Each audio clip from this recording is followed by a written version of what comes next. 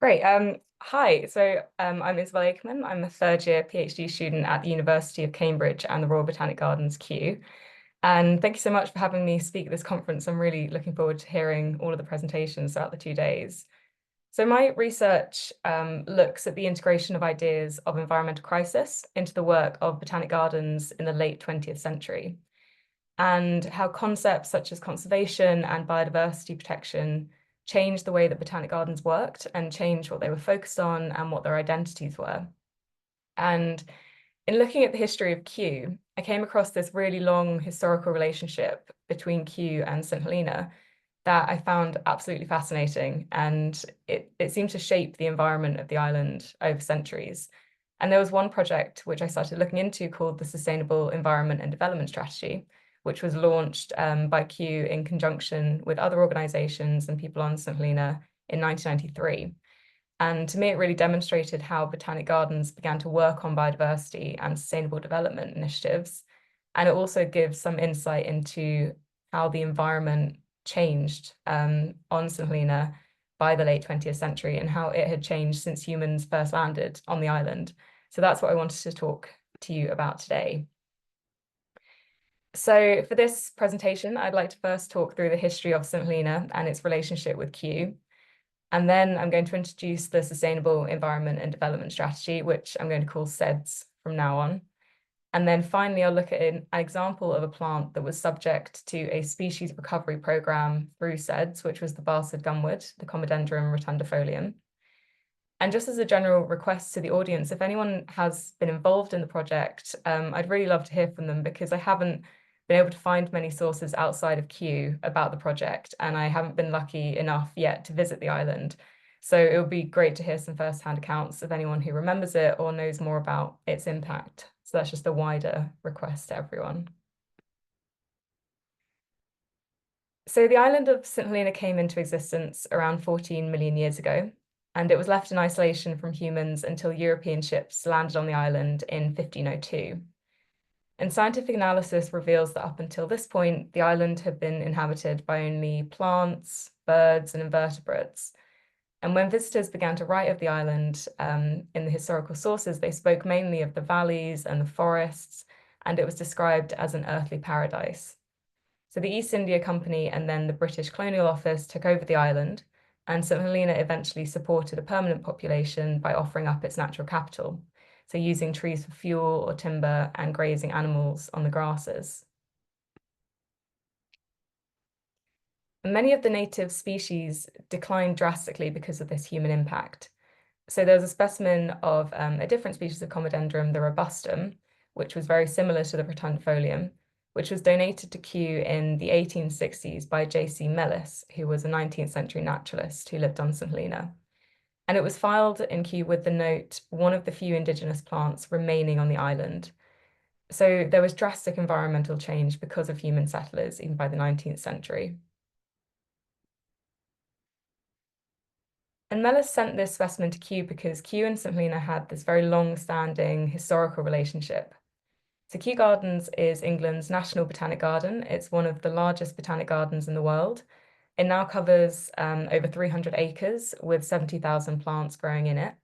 And it was set up in 1759 as a pleasure ground for the royal family.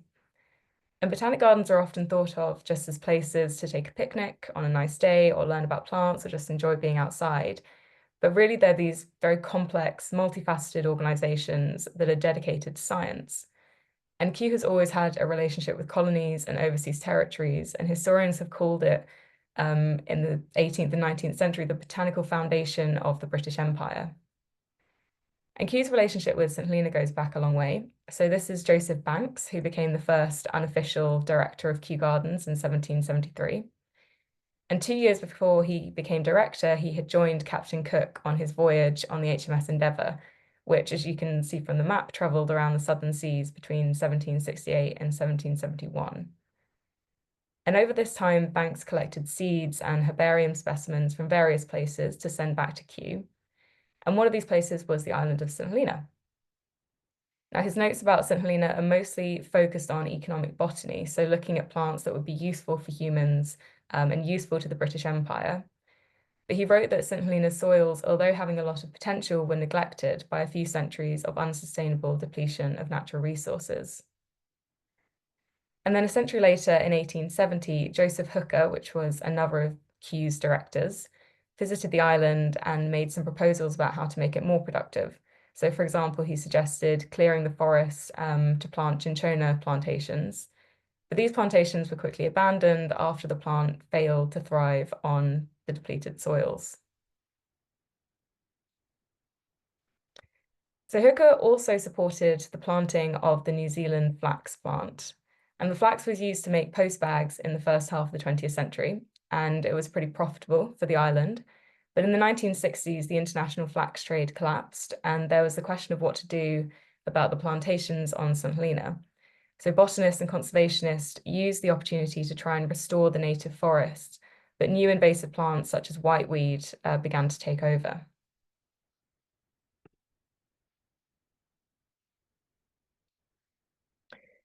So after the flax trade collapsed, there were a number of discussions about how to improve the environmental and economic position of St. Helena. And there were also increasing concerns about the conservation of St. Helena's unique wildlife. So over 90% of Britain's global endemic biodiversity are found in its UK's overseas territories. And as you can see from the graph, St. Helena alone holds around 30% of this biodiversity. And in 1992, the Convention on Biological Diversity was signed, and it decreed that each nation had a responsibility for the biodiversity of all territories under its jurisdiction, which meant that St. Helena's wildlife became the responsibility of the UK government. And this wildlife was globally important because almost all the native vegetation on the island was endemic, which meant that they were evolutionarily isolated and they weren't found anywhere else on Earth. So St. Helena became very important to the UK's environmental jurisdiction. And so it was this context that Kew began to implement the SEDS programme. And how it started was that a group of horticulturalists at Kew had become interested in the idea of integrating conservation into the work of botanic gardens. So this group of people worked in the living collections at Kew, which used horticultural knowledge to propagate some of the rarest species in the world. But the garden wasn't really doing anything with these species apart from propagating and planting them. So the team felt like they were watching as these rare and endangered species effectively festered in the grounds of the garden on their way to complete extinction. And so the team, who were becoming more and more interested in conservation, asked the director of Kew for permission to set up a conservation projects development unit. And they were given permission to do so, but they'd have to find funding from somewhere else. So the team began working with the independent research organization, the International Institute for Environment and Development, to begin a venture on St. Helena, as well as other places around the world. And they approached the Overseas Development Administration for funding. And in March 1993, it was agreed to fund a 3-year project for the social and environmental development of St. Helena, which became SEDS. So SEDS was effectively a blueprint for environmental management for the island. And up until this point, St. Helena had no kind of official integrated environmental policy. And so to do this, project leaders both at Kew and on St. Helena wanted to use endemic species to revegetate eroded areas of the island, returning them to productive use to be used in the future, but also returning them to kind of this ideal of endemic vegetation. So the foundation was to protect St. Helena's native wildlife through a historical ecological restoration process. But like many places at the time, St. Helena didn't have any existing extensive assessments about their flora, and so they didn't know exactly what species there were or what needed protecting. So SEDS was divided into 2 missions. The first was a review of the island's biota. The surveys of the islands were created between March and May of 1993, where they identified species and habitats, potential research topics, and networking opportunities. And they also created an official steering committee and a secretariat. And then the next stage was to assess the priorities for biodiversity management. So to do this, Kew collaborated with an American NGO called the Conservation Breeding Specialist Group. And they launched an exploratory workshop in 1993, led by the interdisciplinary St. Helena Working Group. So the workshop set out 2 protocols for conservation. It launched a conservation assessment management plan, and it began using population habitat viability analysis. So the conservation assessment management plan is just guidance on information gathering and managing threatened species. And then the population habitat viability analysis was a new form of computer modeling that could theoretically show the relationship between a species' population size and their threat of extinction. So it tried to show how many specimens of each population of a species needed to retain a good amount of genetic diversity to survive. So the program had actually been made for animals, and it was a concern that it wouldn't work for plants because of all of plants' variety. But the fact that St. Helena was an island with clear kind of geographical boundaries and clear ecologies, it made it easier to apply in comparison to other places. So the data was gathered through these protocols and was then used by the working group to create a recovery plan of particular species. But the big question was which species were chosen as the priority species and why. So St. Helena was 5 minutes, sorry, 5 minutes as well. Yeah, that's good, almost done. So St. Helena was 85% endemic, and it was the species that could most clearly demonstrate this uniqueness that were chosen as the priorities for SEDS, because they showed how important St. Helena was when looking at the global level of biodiversity. So I just want to look at one example in particular, and that is the Comedendrum rotundifolium, the bastard gumroot. So the Comedendrum became one of the first species to undergo population habitat viability analysis. And the Comedendrum had a really interesting story. So in 1982, the species was thought to be completely extinct, but a specimen had been spotted growing on the side of a cliff on the western side of the island, and cuttings were taken, and the plant began to propagate. But it was very difficult to propagate and reintroduce, so it was labeled the living dead, technically not extinct, but only survived in captivity. But there was some progress, and by the time SEDS had started, around 1,000 seedlings of the Comedendrum had been propagated, 40 had been reintroduced, and 6 were in the agricultural and forestry nursery on St. Helena. But although this might seem a success story, every one of those Comedendrums were descended from just one plant. So the genetic diversity was pretty slim. And then with such a pessimistic outlook, the conclusion of SEDS committee was that any attempt at reintroduction would most probably fail.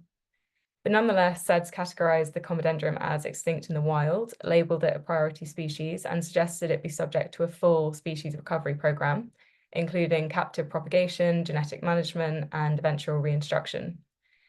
And the Comedendrum benefited from this awareness and this support, and there is now a gene bank at the endemic plant nursery on the island growing them successfully. So what is interesting is why the Comedendrum was chosen. It was almost inevitably going to become extinct, but it was still important to the project to save species that both defined the historical environment of St. Helena and also demonstrate their importance to the future of global biodiversity. So in 1997, the SEDS project ended and it evolved into an advisory committee on the environment, which would focus on long-term planning for environment and development. And by this point, St. Helena had the highest percentage of threatened species of any country in the world. And invasive species and plant diseases were a particular concern, and funding was also an issue. But despite the issues, there were many successes with the project. And what I wanted to show in this presentation is how Kew began to re-engage with ecologically important places like St. Helena, and how they worked together to bring issues of endangered species to light and find ways to protect biodiversity through modern techniques and processes, whilst also being sympathetic to the historical ecologies that mean so much for global biodiversity today. So thank you very much.